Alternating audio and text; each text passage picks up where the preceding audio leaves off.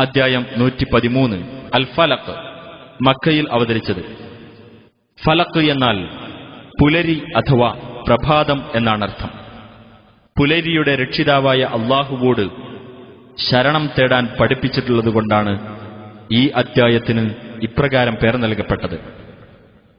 ബിസ്മില്ലാഹിർ റഹ്മാനിർ റഹീം.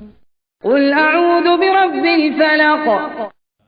പറയുക, പുലരിയുടെ രക്ഷിതാവിനോട് ഞാൻ ശരണം തേടുന്നു. മിൻ ശർരി മാ ഖലഖ്. അവൻ സൃഷ്ടിച്ചിട്ടുള്ളവയുടെ കെടുതിയിൽ നിന്ന്. വമിൻ ശർരി ഗാസിഖിൻ ഇദാ വഖബ്. ഇരുളടയുമ്പോഴുള്ള രാത്രിയുടെ കെടുതിയിൽ നിന്നും. വമിൻ ശർരി നഫ്ഫാതാതി ഫിൽ ഉഖദ്. കെട്ടുകളിൽ ഊതുന്ന സ്ത്രീകളുടെ കെടുതിയിൽ നിന്നും. വമിൻ ശർരി ഹാസിദിൻ ഇദാ ഹസദ്. അസൂയാലു അസൂയപ്പെടുമ്പോൾ അവന്റെ കെടുതിയിൽ നിന്നും.